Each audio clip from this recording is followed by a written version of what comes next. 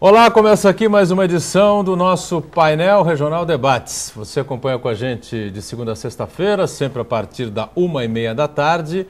Discussões, debates, não é? E, claro, sempre temas importantes que têm a ver com o desenvolvimento, com o crescimento, com o dia a dia da nossa região metropolitana ou do país, com personalidades do Brasil e da região que passam aqui pelas nossas bancadas e discutem esses temas importantes junto com você. Nossa reprise é sempre às 8 da noite. E às 10 da noite, às 22 horas, segue normalmente o nosso painel regional, com entrevistas e debates importantes também sobre os temas da Baixada Santista e do Brasil. Nesta edição, a gente abre espaço para debater a visita do Papa ao Brasil, o que foi a Jornada Mundial da Juventude, não é? E os assuntos importantes ligados, claro, ao catolicismo e à religiosidade de maneira geral. Com prazer, a gente tem aqui a companhia de Dom Jacir Braido, bispo diocesano aqui da cidade de Santos. Dom Jacir, obrigado pela presença conosco. Boa tarde, tudo bem? Boa tarde, tudo bem? Muita alegria de aqui estar e saudar a todos os ouvintes da TV Santa Cecília. Obrigado também pela participação conosco aqui do padre Valdeci João dos Santos, hoje na São Vicente Mater, igreja da cidade de São Vicente. É isso, padre Valdeci? Tudo bem? Mesmo. Isso mesmo. E aí ele está trabalhando na diocese com as pastorais sociais e aqui, como a ideia também é de caminhar para o povo, a gente está pensando mesmo no sentido de igreja, e a gente vai falar, e ao mesmo tempo num sentido mais de caminhar com o povo, no sentido também das pastorais sociais, então com o padre Valdeci. Muito bem. Tudo bem, né, padre Valdeci? Prazer em tê-lo aqui. Tudo bem, também. obrigado. E o nosso Marcos Santana, companheiro, jornalista, editor adjunto do Jornal da Hora, mais uma vez conosco nesta edição do Debates. Tudo bem, Santana? Tudo bem, boa tarde, bispo, boa tarde, padre, boa tarde especial a quem nos acompanha pela Santa Cecília TV. Muito bem, lembrando sempre que o nosso telefone está sempre aí à sua disposição, 30 17 91 10, você liga, participa com a gente, envia a sua opinião, não é? A sua pergunta, faz o seu questionamento aqui ao bispo diocesano, Dom Jacir, ao padre Valdeci também, não é? Emite a sua opinião a respeito dos temas que estão sendo debatidos no programa. Você também participa conosco através do site da TV Santa Cecília, o Santa Portal, clica lá no ícone Painel Regional e confere em tempo real que estamos debatendo aqui no programa. Também compartilha conosco através do facebook.com/painel regional. E ainda, após o programa encerrado, você tem a edição desta segunda-feira na íntegra através do YouTube. Você acessa o YouTube e, claro, se perdeu algum trecho importante aqui do programa, está lá totalmente disponibilizado para você, está lá à sua disposição. A gente destaca sempre aqui no painel Debates, não é, na nossa abertura, os jornais parceiros. Nesta segunda-feira, edição do Jornal da Orla, né, com essa manchete que circulou aqui pela cidade, pela região, no final de semana, né? Você acompanha aqui, essa câmera que nos pega aqui à esquerda, nós na rede, tá certo? O que é que quis dizer o Jornal da Orla? Fecha essa chamada aí, Marcos Santana, durante esse final de semana, que está todo mundo interligado, é isso? Na verdade, tem um duplo sentido a mensagem. Nós, todos nós na rede e também os nós cegos, né? Que nas relações pessoais, que acaba se tornando um grande emaranhado nas relações humanas, né? Porque as redes sociais, até pelo imediatismo, pela velocidade, pela facilidade de interatividade, as redes sociais, elas acabam permitindo que as pessoas mostrem até o que elas não gostariam, né? Uma coisa tão espontânea. E também, por outro lado, as pessoas apresentam na rede social uma imagem do que elas gostariam de ser, né? Viagens, amigos, eventos importantes, né? Quando na verdade não é bem isso que acontece na vida real. Então, a matéria tem esse sentido de discutir a relação, a influência das redes sociais nas nossas relações presenciais também. Muito bem, eu passo aqui um exemplar ao Dom Jacir, tá certo? E muito também obrigado ao nosso padre Valdeci, tá certo? Marcos Santana já tem vários guardados em casa, tá certo? E ainda registrando aqui também a manchete desta segunda-feira do Diário do Litoral, tá certo? O DL sempre um parceiro nosso aqui. E a manchete a gente também mostra aqui nessa câmera aqui ao lado esquerdo nosso aqui, tá certo? Você vê a manchete desta edição do Diário do Litoral: 100 propostas motoristas entram em greve, tá certo? Aí a manchete do DL desta segunda-feira: funcionários da aviação Bertioga decretam paralisação por tempo indeterminado a partir desta segunda-feira. Também aproveito aqui para encaminhar aqui ao nosso Bispo Dom Jacir, ao Padre Valdeci também esta edição, lá para o Marco Santana também, tá certo? Edição desta segunda-feira do Jornal Diário do Litoral. Por falar em redes sociais, que é a manchete do Jornal da Hora desta segunda-feira, né?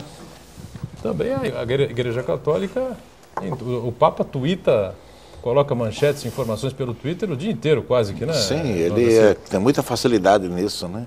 É porque é comunicação fácil e sobretudo com a juventude, então e é importante porque a gente vê também no Facebook e outros meios de comunicação assim, que de repente um Twitter do Papa influenciou. Mesmo antes que ele viesse para o Brasil, os jovens já estavam falando isso, mesmo os jovens da nossa diocese que foram para lá. Né? O senhor já se acostumou também com essas incursões diárias aí nas redes sociais, enfim, né? Já atua também nas redes sociais, não? O meu problema é uma questão de time, né? Para falar em inglês, né?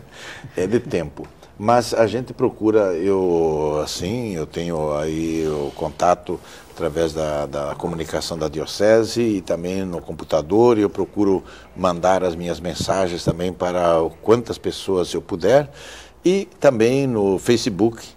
Então a gente procura também interagir e colocar aí a mensagem que interessa para a gente. Assim, né? Muito bem. Padre Valdeci também segue esse mesmo caminho, não? Já se habituou também? Não, né? Eu sou mais tradicionalista nesse aspecto, né? Eu gosto de usar internet por necessário e e-mails. Eu sou muito conectado. Muito de rede Facebook, essas coisas todas, não, né? Twitter. Mas quase estou indo, viu? Estou vendo que não tem muita saída. A gente não tem como escapar, né? A realidade está colocada aí para a gente, né? Não tem como fugir muito, né? E parece que eu estou quase convencendo-me da ideia que tem que também fazer. Muito bem.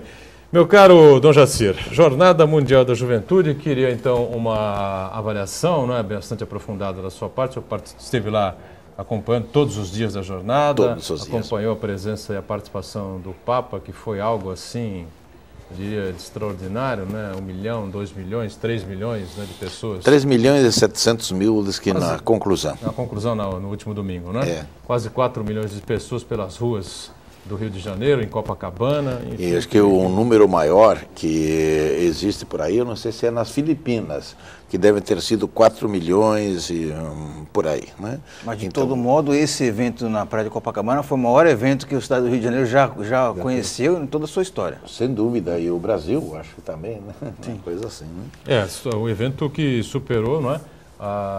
As viradas de ano, né? Os réveillons em Copacabana, que são tradicionalíssimos, né, Dom Jacir? Bom, e uma avaliação sua, então, a respeito do que de mais importante ficou após a jornada e essa passagem impressionante do Papa Francisco. Sim, então a Jornada Mundial da Juventude, ela sempre me empolgou.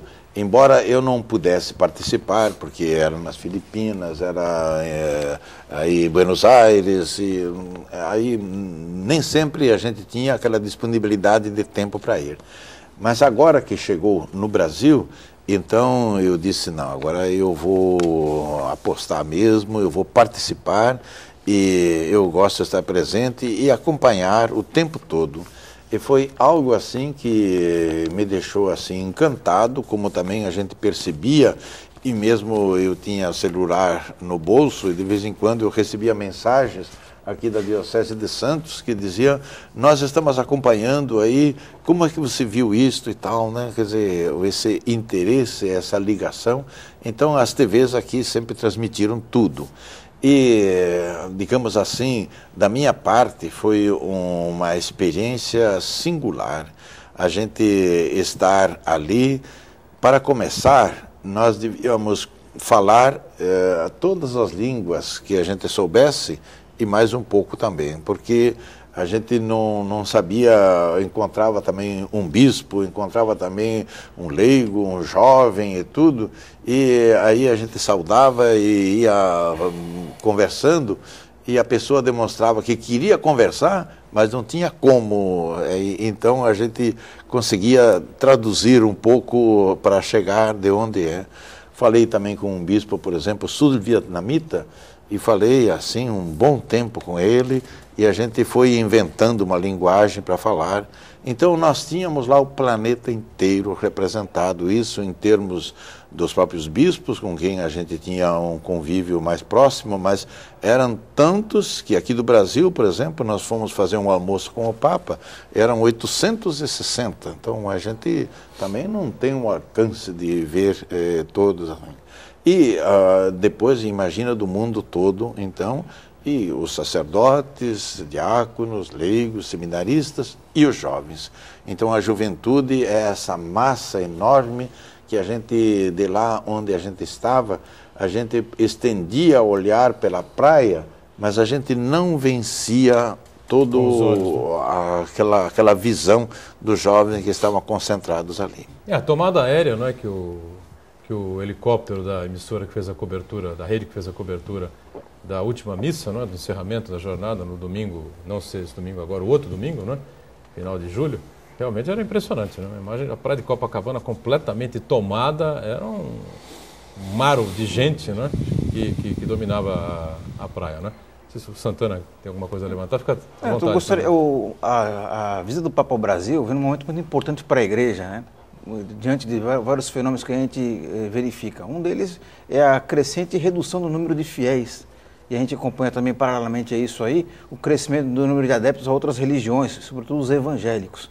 E, além disso, o Papa Francisco chega num momento, o seu pontificado começa num período em que a Igreja Católica enfrenta uma série de fatos negativos, com corrupção, denúncias de corrupção no Banco do Vaticano, denúncias de comportamentos de outros religiosos com relação à pedofilia, pornografia e assim por diante. Então eu gostaria de saber do senhor qual que é o legado que a visita do Papa Francisco deixa para o católico brasileiro nesse momento tão dramático para a Igreja Católica. Sim, antes de mais nada eu devo dizer assim que o católico, como também nós vamos admitir também outras possibilidades de viver a fé cristã, mas a gente deve ter um ponto de referência no Cristo. Então isso que é sumamente importante. E o Papa, desde que veio, ele não teve outra linguagem a não ser esta. E tem uma mensagem tão especial que ele deixou e que eu gravei no coração. E vamos dizer assim, se nós vamos dizer que a igreja está em crise, afinal de contas, nós estamos numa sociedade que está em crise, né?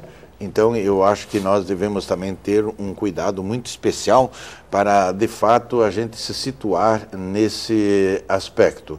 E ao mesmo tempo, tanto se diz que deixam a Igreja Católica para entrar, mas muitas vezes são notícias que são dadas, muito bem, mas outras vezes a gente não dá também notícia de tantos outros que vão aderindo à Igreja e que vão entrando e que a gente não sabe também.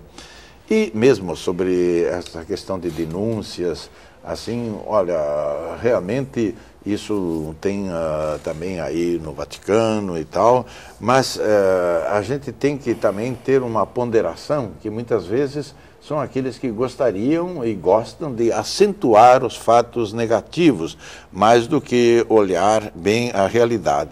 Mas, de qualquer forma, a igreja ela não deve se omitir, ela deve enfrentar, ela deve ir para frente, porque eu acho que o que conta é a verdade aqui neste mundo, mas a verdade é diante do mundo verdadeiro, definitivo, que é nos encontrarmos com Cristo. Então, se a gente lê o Evangelho, diz, olha, não adianta a gente querer salvar uma mão, se depois a gente perde todo o corpo no inferno, não é verdade?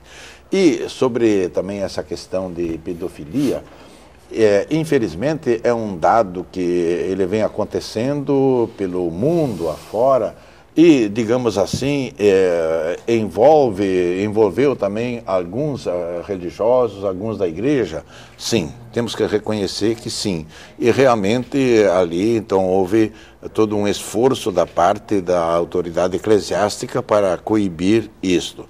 Mas se nós formos olhar, vamos supor, o fenômeno pedofilia, vamos pegar só aqui no Brasil, nos Estados Unidos e tal, e quem sabe, esse que é da igreja é uma percentagem reduzida em relação àquilo que aí está. Então, realmente é uma lástima que alguém da igreja, ou afinal de contas, gente que quer ter uma vida séria e honesta, caia nesta situação. Mas, ao mesmo tempo, nós devemos ver que o fenômeno tem uma amplitude maior e, nesse ponto, a gente lastima. Eu acho que nós todos devemos ter um comportamento humano, sério, sejamos de religião ou de não religião, desta ou daquela. Então, acho que pedofilia não se justifica, não. O Papa, até numa entrevista exclusiva que concedeu à Globo News, né? Uma entrevista muito interessante, até eu acompanhei praticamente inteira, na íntegra, né? Ele cita algo parecido com o que diz aqui o bispo Dom Jaciro, né? Que ele reconhece no Vaticano 90 e tantos % né, de homens, né, que estão lá fazendo um trabalho correto, um trabalho sério, que infelizmente é um percentual ínfimo, né, de cidadãos que estão lá e fugiram a essa regra e acabam transformando-se em notícias, né, e, vamos dizer assim, acabam manchando, né, a história e depois, a reputação do Vaticano. Porém, ele reconhece a necessidade realmente de se apurar a fundo. É que realmente, muitas vezes, uma manchete negativa é aquela que atinge mais do que talvez uma manchete positiva, que até muitas vezes nem estão sabendo bem qual ser. A igreja está progredindo nisto, naquilo, tem tanta gente que muitas vezes a gente pode isso não impressionar, quanto uma negativa pode. Mas eu acho que a gente não deve ficar trabalhando para manchetes, para ter assim,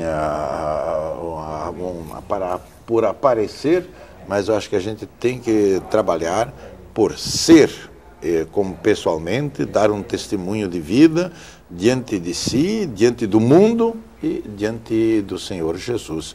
É isso que o Papa também, ele veio na sua atitude, ele está demonstrando isso, uma pessoa assim muito séria, compenetrada, uma pessoa que de fato vive o seu ministério e o vive assim numa abertura para com os outros. E foi isso que impressionou lá no Rio de Janeiro, na Jornada Mundial da Juventude, porque desde que o Papa apareceu, e mesmo ali, olha a preocupação que havia com a segurança também, né, do Papa, e a gente, sem dúvida, que fica com uma trepidação muito grande, porque cidade grande, São Paulo, Rio, Nova York, sei lá, problema de violência sempre tem. E, no entanto, o Papa, ele ia e de vidro aberto, vidro abaixado, e a segurança mandava subir, levantava e ele abaixava de novo, e as crianças que lhe apresentavam, ele beijava, ele tinha essa abertura total, podemos dizer, sem medo, sem nada, simplesmente ele é o que é, e ele vai com essa espontaneidade ir ao encontro das pessoas. E, afinal de contas, não está fazendo isso como um show, não. Ele está fazendo isso por uma compenetração profunda de uma vivência cristã e que se traduz depois nesses gestos também de abertura para todos, né? Muito bem. Quero ouvir também a opinião do nosso padre Valdeci a respeito desse tema, né? E, na sequência, também a nova avaliação do Marcos Santana. Mas a gente está em cima do break aqui, vai encerrar o primeiro bloco aqui do Painel Debates. Sempre repassando para você uma informação importante da Prefeitura da cidade de Santos. Em tempo de nova gestão, a Prefeitura decidiu retomar o orçamento participativo no município. É um instrumento que permite os moradores indicarem as prioridades dos seus bairros. Neste ano, a população vai ter a possibilidade de participar da elaboração da lei orçamentária para 2014. Em 5 audiências públicas, 2 delas já aconteceram, realizadas em diferentes regiões. No Brasil, o orçamento público é formado pelo PPA, o Plano Plurianual, pelo LDO, Lei de Diretrizes Orçamentárias, pela LOA, Lei Orçamentária Anual. O PPA estabelece os objetivos para os próximos 4 anos. A LDO prioriza anualmente as metas do município e a LOA prevê receitas e fixa despesas a cada ano. O sistema orçamentário é complexo, mas o município terá facilidade para compreendê-lo e poder participar ativamente da sua elaboração. É com esse objetivo que a Prefeitura produziu a cartilha ilustrativa Orçamento Participativo. De maneira simples e didática, a publicação compara o orçamento de uma família com o orçamento municipal. Próxima reunião, no dia 8 desta semana, portanto, amanhã dia 7, quarta-feira, dia 8, a partir das 7 horas da noite, vai ser uma reunião na Orla, Sociedade de Melhoramentos da Ponta da Praia, na Rua Maestro Heitor Villa-Lobos, 160. Agora sim o intervalo, voltamos já já.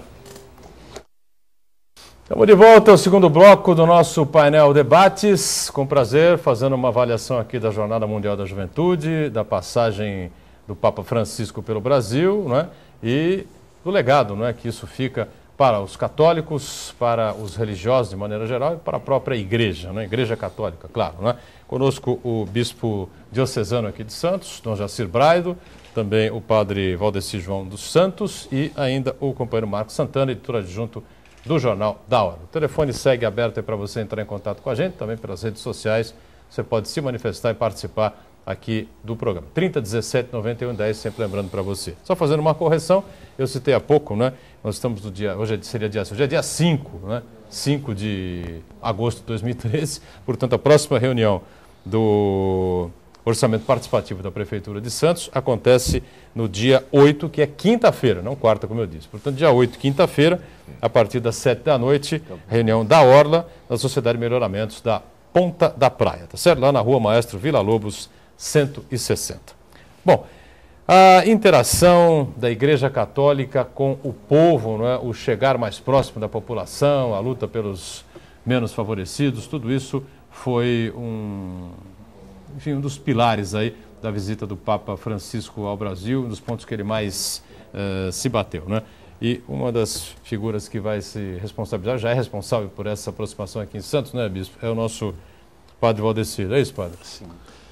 Nesse ponto, talvez eu queria colocar brevemente, né, que nós estamos num projeto de igreja, seguindo a iniciativa da CNBB, de fazer assim uma aproximação da igreja, comunidade de comunidades, uma nova paróquia, nesse sentido, de que numa paróquia a gente se preocupa com a matriz, com aquilo que está ao seu redor, com capelas e tal, mas a gente está se preocupando também por aquelas regiões que não tem nada, não tem nem a presença da igreja e tem gente morando ali. Então é um esforço grande que a gente vai fazer no sentido de se abrir para essas comunidades. E, ao mesmo tempo, nós temos um trabalho intenso, por isso que eu convidei o padre Valdeci, no sentido também da abertura para o povo. Essa abertura que nós queremos fazer, então, e o padre Valdeci vai narrar. Então, né? Pois não, padre. Gostaríamos de ouvi-lo aqui. Então, acho que uma das pilares que o Papa Francisco deixou foi a questão social da sua visita, né? E fazendo assim encontros bem pontuais, né? Com os dependentes químicos, visitando as favelas, estando próximo ao povo. E vale a pena ressaltar que também aqui na Diocese de Santos, isso já vem acontecendo há muitos anos, né? Então nós poderíamos ressaltar primeiramente o trabalho que os padres camilianos realizam nos hospitais, né? Visitando, acolhendo os doentes, muitas vezes dando uma palavra amiga para os familiares em momento de dor, né? Nós temos também o padre Cláudio, que é o nosso padre francês, que está no México 70, umas áreas de bolsão de miséria muito grande aqui na nossa diocese, está lá dedicando-se, né?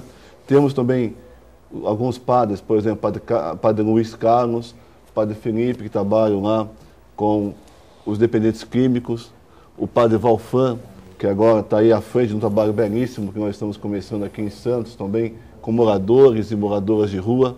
Temos a Missão Belém, que também está sob a nossa responsabilidade, a Toca de Assis, que trabalha com as moradoras de rua, e também aí vários outros trabalhos de pastoral social, né? O padre Antônio, lá, Piranus, lá em Cubatão, também faz um belíssimo trabalho com os moradores de rua lá de Cubatão. E além trabalho com mulher marginalizada, trabalho da pastoral carcerária, trabalho da mulher do pastoral do menor, da DST AIDS. Quer dizer, todos esses nossos trabalhos envolvem sacerdotes. E além disso, nós temos sob a nossa responsabilidade e responsabilidade direta de Dom Jaci, que fez questão também de enfatizar o trabalho da igreja nesse que eu chamo de fronteiras, né? A igreja tem que estar nas fronteiras. E nós temos a ONG Estrela do Mar, que tem um trabalho lá belíssimo com uma escola em Cubatão, escola infantil. Nós somos gestores hoje dos projetos dos restaurantes populares em Santos, em Guarujá. Nós temos um projeto muito belo, que é um projeto com crianças infratores, uma república em Guarujá, que ali está o nosso olho, né, a menina dos nossos olhos, esse projeto, porque nós conseguimos, né, em pouco tempo, em 2 anos de gestão, 3 anos, que um dos nossos meninos, hoje, ele é monitor. Então ele entrou no abrigo para ser um abrigado e hoje trabalha para ser um dos monitores, numa linguagem bem acessível, ele sabe esse mundo. E depois, então, todos esses projetos vão gerando o quê? Vida, vão fazendo com que uma igreja aproxime-se de quem? Daquilo que o Papa pediu. Dos mais pobres, dos mais excluídos. E o Papa diz muito claramente para nós sacerdotes: gostaria que os nossos sacerdotes, todos eles, todos nós, tivéssemos o cheiro das ovelhas, né? Porque as nossas mãos ungidas são mãos para servir. Então, acho que isso é importante. E depois, ressaltar também que na nossa Diocese de Santos foram quase 600 jovens, no seu total, para a Jornada Mundial de Juventude. Um empenho aí especial do Sr. Bispo para que os jovens fossem, também enfatizando aqueles jovens que menos tinham condições de ir. A Diocese ajudou financeiramente também. E aí, conversando com o padre Felipe, que é o coordenador diocesano da Pastoral da Juventude, nós estamos combinando também que eles, jovens, que foram à Jornada Mundial da Juventude no Rio de Janeiro, vão deixar para a nossa diocese um legado social. Não sabemos ainda como, talvez seja uma doação de sangue, trabalho com os moradores de rua, mas também mostrando que esse compromisso com os mais pobres, com os marginalizados, não é só dos padres, mas deve ser uma questão de todos os cristãos, a começar dos jovens. Então nós acreditamos também assim que é belíssimo esse trabalho e acho que vai dar bons frutos. Diga, Santana. Bispo, a visita do Papa serviu para fazer uma profunda reflexão sobre o papel da Igreja na sociedade mundial e sobretudo brasileira. E o próprio Papa falou, e vários especialistas durante sua visita também fizeram o seguinte diagnóstico, de que ao longo do tempo a igreja acabou se distanciando do seu rebanho, como me lembrou aqui, distanciando das ovelhas. Como é que a igreja pode voltar a se aproximar ainda mais do seu rebanho, sem se desfazer de dogmas, né? Os dogmas que são tão caros à igreja? Como é que a igreja vai se relacionar com temas tão delicados como homossexualismo,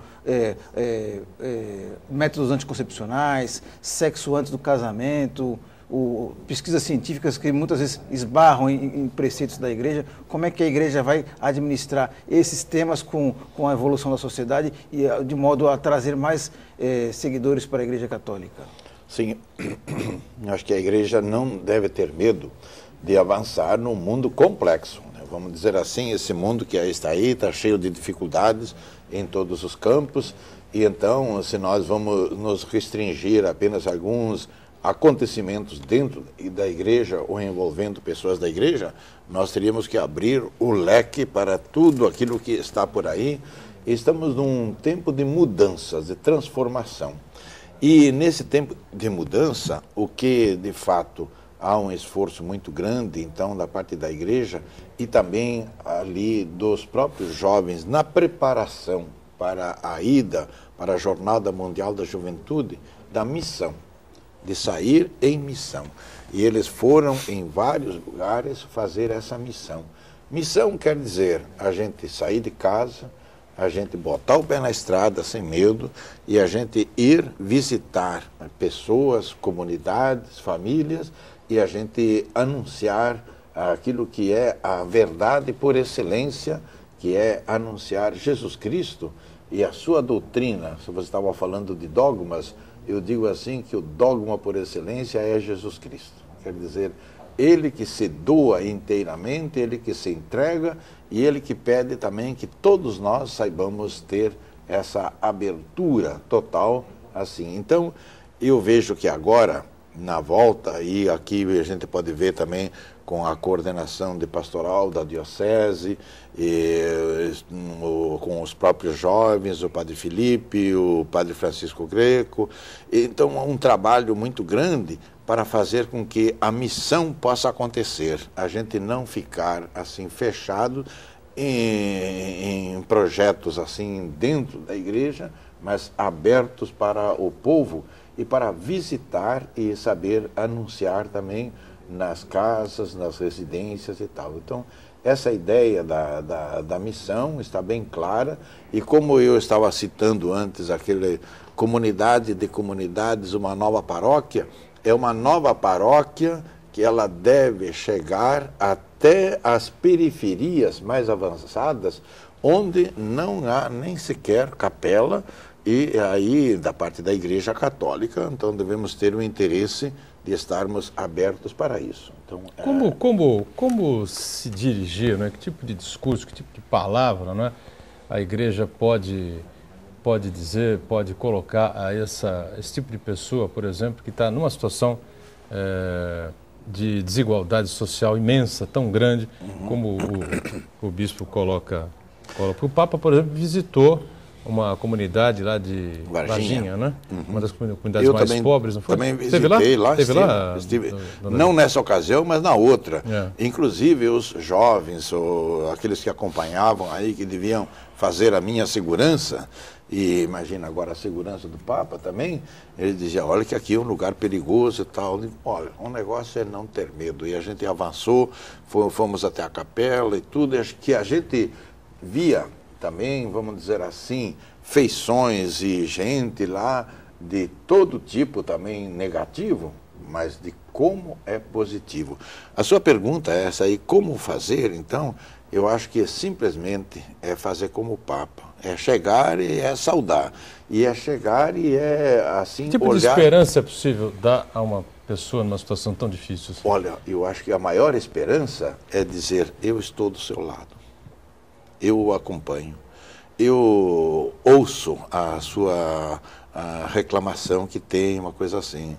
Então, até é interessante que a gente muitas vezes vai na rua e gente deitada no chão, e eles pedem lá para um almoço, uma coisa assim. Olha, é uma coisa que embaraça a gente, muitas vezes até por causa do tempo e tudo, mas a gente chega, se aproxima. A gente, não é a questão lá de ver talvez a esperteza daqueles que querem um dinheirinho e pronto, acabou, mas a gente chegar e talvez ter um grupo de pessoas que possam chegar e fazer com que essas pessoas devagarinho se levantem de lá. E se levantem não só apenas fisicamente, mas se levantem a partir da mente, da inteligência, a partir do coração. Então, se trata de fazer com, antes de mais nada, que as pessoas nessas situações difíceis, elas sejam pessoas humanas. E depois nós vamos dar, e isso já é uma dimensão cristã profunda. E depois vamos dar também o ensinamento do Evangelho, mas o ensinamento do Evangelho traduzido numa missão prática bem coerente, assim, no momento de, sobretudo, estar interessado naquilo que a pessoa sente, naquilo que a pessoa quer e de fato precisa fazer. Isso eu acho que é importante. É uma marca registrada do Papa Francisco, enquanto cardeal Bergoglio, né, de Buenos Aires, eu vou usar um termo aqui, peitar, né, o governo federal, né, se colocar contrário à política econômica praticada pelo governo argentino, especialmente o casal Kirchner, né, que acabou lhe valendo uma certa antipatia, né? Vamos deixar por esse termo, né? Antipatia já está bom, né? Da atual presidente argentina, Cristina Kirchner, que acabou indo à posse do Papa no Vaticano, compareceu aqui à Jornada Mundial da Juventude. Acho que agora as relações, ela se aproximou um pouco mais, né, do Papa, quebrou um pouco aquela barreira, enfim. Mas essa postura um pouco mais crítica por parte do cardeal Bergoglio, hoje Papa Francisco, com relação à situação daquelas pessoas menos favorecidas, enfim, não falta um pouco isso aqui na igreja com relação aos nossos governantes, de maneira geral, bispo? Olha, o Papa Francisco, o cardeal Bergoglio aí, eu também estive lá em Buenos Aires, não pude me encontrar nunca mais demoradamente com ele, mas a gente fazia parte aqui das pastorais sociais aqui no Brasil. Então, aqui no Brasil nós temos um esforço com as pastorais sociais, e nós temos muito. E vamos citar o esforço da CNBB, que ela tem uma abertura mesmo para os jovens, tem uma abertura para as pessoas com também deficiências, doenças, por aí, Padre Valdeci, eu acho que nós temos um quadro muito grande nesse ponto de um interesse e, ao mesmo tempo, de pronunciamentos, sobretudo em certos momentos aí, pronunciamentos no que se refere às atitudes governamentais e também do parlamento. Então, muitas vezes, após reuniões da CNBB, por exemplo, em Aparecida agora, né? Então, a reunião da Assembleia, aí não é que a gente queira, de fato, ficar comprando briga, vamos dizer assim, numa expressão popular. Mas eu digo, a CNBB tem autoridade para isso, né? Isso. Pelo trabalho que faz pelas pastorais, por toda essa coisa, né? Simplesmente. Da dedicação que tem com relação aos menos favorecidos, essa coisa Claro, toda, então né? ela coloca com clareza isto, né?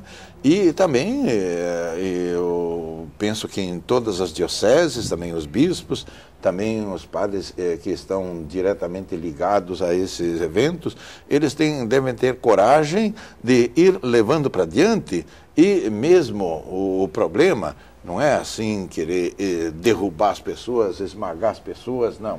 O problema é ir fazer com que a pessoa entenda que a sua função dentro, como dirigente político, é uma função muito séria na sociedade e ela tem uma repercussão muito grande. Então, por exemplo, o bispo, por exemplo, os padres que estão aí, eles não são gente que estão simplesmente ali para incomodar esta ou aquela pessoa, mas estão ali para viverem na realidade a partir do Evangelho de Jesus e fazer com que esta realidade seja vivida depois na prática, assim. Então, eu acho que aí é que está o sem medo de a gente também saber falar e que, de repente, pode incomodar também pessoas, sim. Vamos para um rápido intervalo, tá certo? Voltamos na sequência no terceiro bloco do painel Debates, sem instantes.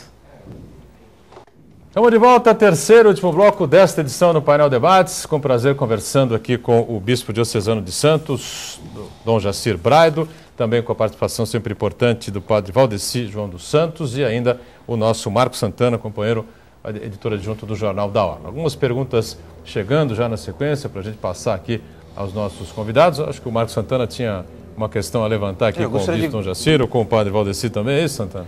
Complementar essa questão da adaptação da igreja aos novos tempos. O senhor não acha, bispo, que a igreja tem sido incompreendida na defesa dos seus pontos de vista? Está tendo um problema de comunicação e está sendo mal interpretada ou não? O senhor acha que a sociedade do mundo moderno rechaça realmente esses pontos de vista que a igreja vem defendendo ao longo de séculos? Não, eu acho que nós temos aí um campo muito grande e temos, assim, certos posicionamentos que a igreja deve assumir em que realmente incomodam, seja do ponto de vista social. Então, se a igreja se propõe e ela propõe também que os governantes eles estejam abertos a isso e muitas vezes pode contrariar os seus interesses políticos. Mas também nós temos que ver, assim, uma dimensão muito grande, por exemplo, se a gente também, no sentido social mais amplo, a gente tem que se opor também à negação do casamento, ao aborto, por exemplo. Também isso é um tema que não foi tratado, né, com a participação do Papa aqui, em momento algum, né? Ele acho que não foi questionado sobre isso. Não, mas isso está dentro aquilo que é a coisa que vem vindo na pregação da igreja, né? Então a igreja também, o casamento gay, Aí ela tem posicionamentos claros com isso e a gente simplesmente não está querendo ser contra porque não tem sentido nenhum, mas porque tem exatamente o sentido de que realmente qual é o significado do casamento, do homem e da mulher. Nós estamos aí nesse mês vocacional, estamos agora próximo domingo, vamos para o Dia dos Pais.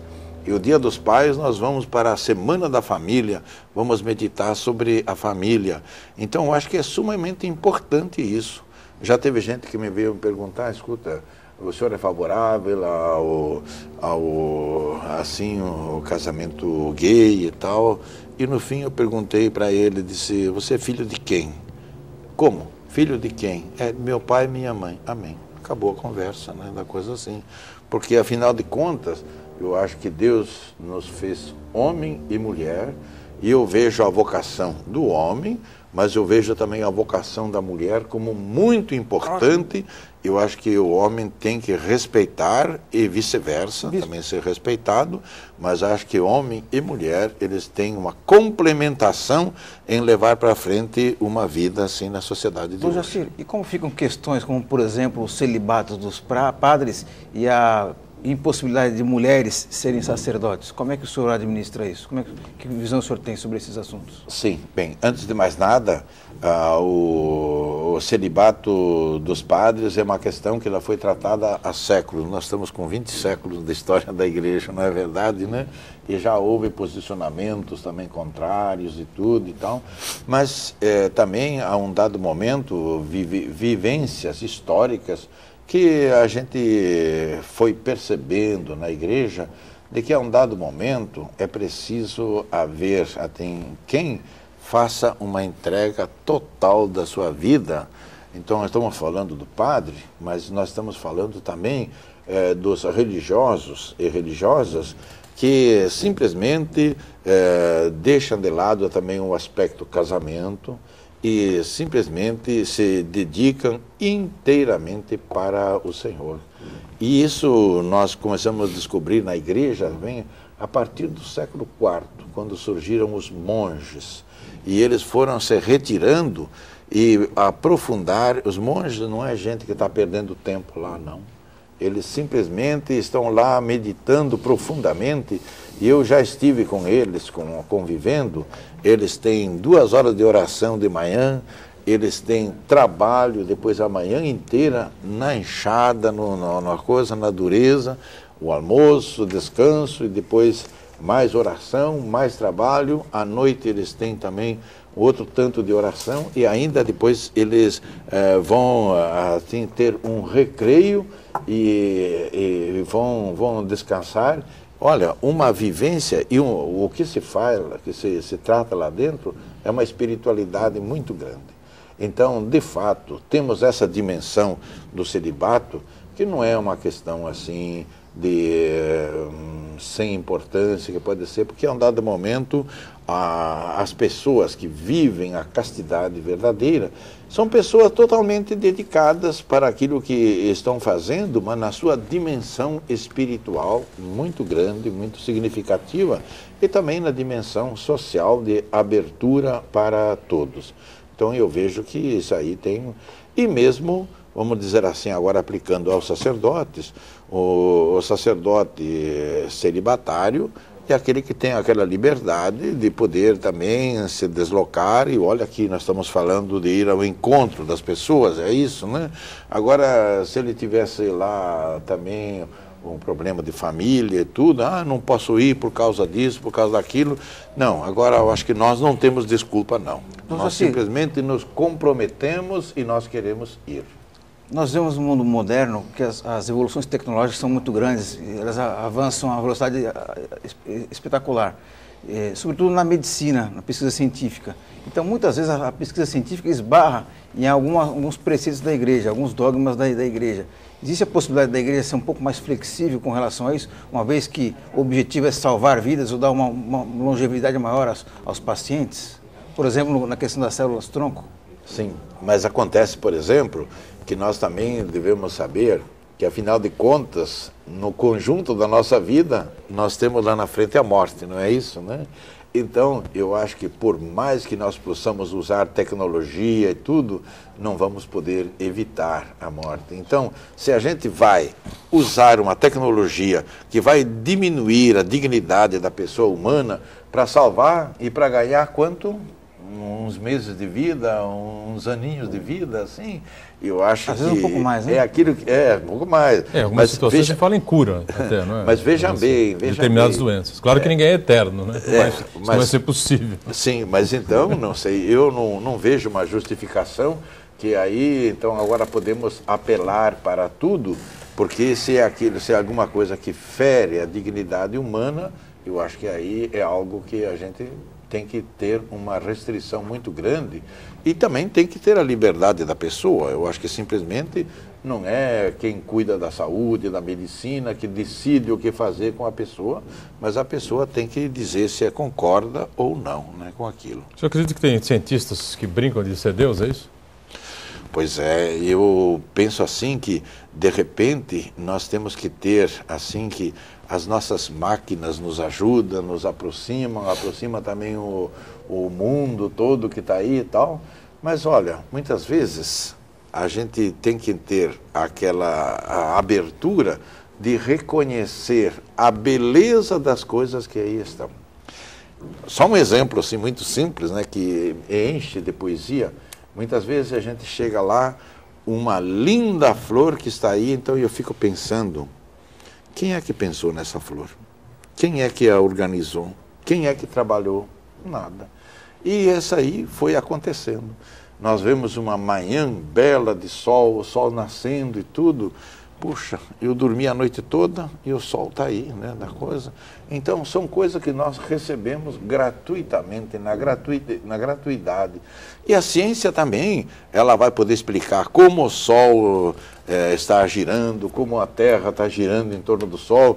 Olha aí, já isso a gente fica assim meio assustado de dizer coisa, a nossa Terra e a Lua está andando, desaparecendo, voltando, mas a nossa Terra também está girando, não é isso, né? E como é que nós estamos vivos aqui? Tem alguém que pensa nisso, na verdade, né? Mas a ciência pode controlar tudo isso. E se nós fôssemos confiar só apenas na tecnologia, eu acho que, não sei quantos tombos levaríamos pelo espaço afora, não é verdade, né? A Paula do Beira-Mar diz assim, lá de São Vicente, quando as mudanças da igreja, como fica a respeito com relação ao batismo? O que muda ou vai continuar, ou muda alguma coisa ou vai continuar do mesmo jeito? Ela está perguntando aqui. Por exemplo, eu citei um exemplo outro dia aqui, que a gente comentava sobre a visita do Papa, a pessoa que acaba, por alguma contingência da vida, sendo mãe solteira, né? E essa criança, ela é batizada na Igreja Católica, caso a mãe deseje? Havia uma polêmica em torno desse caso, né? Sim, mas isso daí eu acho que é um acompanhamento, que deve ser um acompanhamento mesmo preciso em torno, assim, do acontecimento como tal. Então, eu acho que não é, assim, para uma coisa no genérico, aí ela é mãe solteira porque isso, agora quer ver os motivos e tudo e tal, mas então justifica tudo. Então, pode ser mãe solteira, pode não ser, não. Eu acho que ali a gente simplesmente não pode desprezar a vida dessa criança, que ela não tem culpa se nasceu assim, né? Mas é preciso dar também condições, como também em qualquer batismo que é administrado, né? É preciso dar as condições para quem recebe o batismo ter uma vida coerente com isto. Então, muito bem, nós vamos batizar essa criança que nasceu, filho de mãe solteira, mas nós vamos batizar com aquele apoio, e por isso que nós temos padrinho, madrinha, não é verdade, né? Com aquele apoio de gente que não é simplesmente a madrinha carrega a criança lá para batizar, mas simplesmente ela também tem que garantir e ajudar também a mãe da criança e a família como um todo para fazer com que essa criança, de fato, ela possa se inserir dentro de um contexto evangélico de vida, né? O Cosme lá da Areia Branca, como é que a Igreja Católica vê as manifestações pacíficas contra a corrupção, desvio de dinheiro público pelo governo federal, não é? e os governos em geral, diria eu, né? A manifestação é genérica, né? Como a igreja hoje tem, hoje em dia, trata desses assuntos ligados à política. E eu queria lembrar a fala do Papa, né? O Papa, inclusive nessa entrevista que eu citei na Globo News, ele explica que não tinha maiores informações a respeito dessas manifestações, o porquê exatamente dessas manifestações, especialmente por parte dos jovens, mas ele diz o seguinte, que os jovens que não se manifestam, que são inquietos, que não são inquietos, né, não lhe agradam muito. Ou seja, na visão dele, o jovem tem que ser inquieto, né? Tem que sempre estar buscando uma coisa aqui, uma coisa ali, então isso faz parte do crescimento, do amadurecimento, né? Não, sem dúvida, eu acho que isso daí concorda muito bem com aquele jeito de ser do Papa Francisco, mas também de Jesus Cristo, não é verdade? Que também Jesus Cristo, ele dizia certas coisas de bem verdade, e é por isso também que ele foi crucificado. Também era inquieto, né? Porém, também foi crucificado. Porque se ele tivesse concordado com tudo aquilo que se apresentasse ali, então ele não seria crucificado. Mas ele não teve receio, porque, aliás, a sua morte, a sua entrega devia ser total. Então, eu vejo assim, conforme essa pergunta, assim, né, que é preciso ter coragem também de seguir essa inquietação também dos jovens. Eu vejo com muita simpatia essas manifestações que são feitas assim. Eu gostei da palavra pacífica, porque eu penso que se é para sair para a guerra, então eu acho que não é por aí. Então guerra tem tantos outros motivos e tantas outras conclusões, mas pacífica sim. Então eu acho que é importante, eu gostei muito de ver, e isso deixou também o governo, as pessoas que, infelizmente, eu morei em Brasília, trabalhei lá, as pessoas que somam dinheiro para o próprio bolso, que se pagam salários a si mesmo, olha aí, ministérios afora, e também congresso afora, quanta coisa a gente esteve lá e infelizmente foi testemunha de tanta coisa que está aí, né? Pois bem, olha, nós temos que ter essa certeza de também manifestar, e isso impressionou o povo, impressionou, de tal modo que os próprios governantes, eles devem estar atentos, porque afinal de contas, eu acho que esse tipo de voto honesto, em que a gente também fala as coisas assim, esse não vai ser comprado por dinheiro nenhum. Esse é um voto da consciência de cada qual. Então acho que são manifestações pacíficas, elas devem assim se manifestar, sim. Uriel Vilas Boas, mais uma vez participa aqui com a gente, diz que não é católico, mas admira o trabalho desenvolvido por muitas organizações sociais católicas e gostaria de saber do bispo, né, de que forma essas organizações poderiam desenvolver um trabalho maior em conjunto com outras religiões no campo social. Sim, eu acho que ali nós temos é Uriel, o nome dele. Uriel assim. Vilas Boas. É. Então, de fato, eu concordo com isso. A gente tem que ter essa abertura e não deve ter medo. O Papa Francisco também, ele está demonstrando isso, de estender a mão às outras pessoas e ver o que essas pessoas estão fazendo e mesmo cá entre nós, o que outras religiões também estão fazendo, outras manifestações religiosas. Simplesmente a gente vê se tem todo o desejo de levar para frente com todo o carinho, todo o amor, como não? A gente tem que aprovar, sim. Eu acho que nós não devemos nos fechar em nós mesmos, mas devemos ter um campo aberto a partir da verdade humana, porque eu acho que a verdade humana nós podemos também avaliar através da contraposição de ideias, pareceres e tudo e tal. E, sobretudo, a partir da adesão ao Evangelho. E a adesão ao Evangelho é aquela que nos leva também a nos abrir a todos os horizontes que estão ali para a gente poder colaborar para o bem da sociedade. Padre Valdeci, ontem foi o dia do padre, né? Isso mesmo. Parabéns atrasado. Queria que o senhor falasse rapidamente o significado, né, do dia do padre, enfim, não só para a Igreja Católica, como para os fiéis de maneira geral. Eu acho assim que o dia do padre é um dia especial para nós, né? Um dia de reflexão, de oração. É um dia de agradecimento a Deus para a nossa vocação. Um dia nós nos deixamos apaixonar por esse Jesus Cristo. Eu, muito jovem ainda, 15 anos de idade, fui ao seminário e hoje já estou aí próximo a celebrar meus 23 anos de sacerdócio. Então é uma vida, né? Todo um trabalho, e hoje a gente fica muito feliz. Ontem celebramos as nossas missas com as nossas comunidades lá, e é uma recepção muito calorosa, generosa do nosso povo.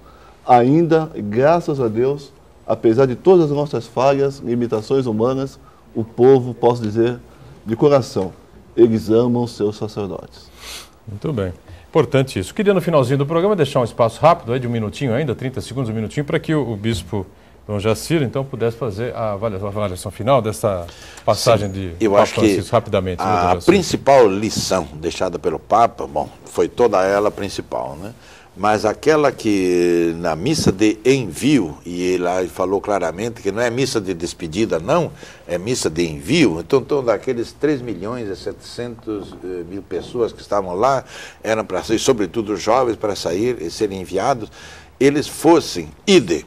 Então, as 3 palavras que ele usou e desenvolveu, ide, tem que sair, tem que andar, tem que se colocar a caminho, né?